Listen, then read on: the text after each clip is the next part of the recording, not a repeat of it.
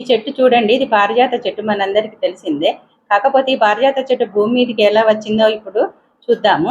శ్రీకృష్ణ పరమాత్ముడు ఒకసారి రుక్మిణీదేవి ఇంటికి వెళుతున్నాడట. ఆ సమయంలో నారద మహర్షి ఇంద్రలోకం నుండి వస్తూ ఒక పారిజాత పుష్పాన్ని తీసుకొని వస్తున్నడట. కృష్ణునికి ఇచ్చిండట. కృష్ణుడు ఆ పువ్వును తీసుకువెళ్ళి రుక్మిణీదేవికి ఇచ్చిండట. ఈ విషయం తెలిసి సత్యభామ కృష్ణునికి రుక్మిణి మీదనే ప్రేమ, అందుకే పారిజాత పుష్పం ఆమెకే ఇచ్చిండని చెప్పి కృష్ణుని మీద అలిగిందట.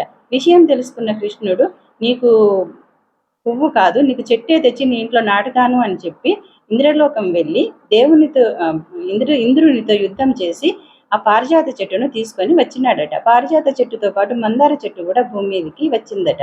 ఈ రకంగా పారిజాత పూలు మనకు అందించడం కొరకు కృష్ణ పరమాత్మ పారిజాత చెట్టునే భూమి మీదకి తీసుకొని వచ్చినాడు.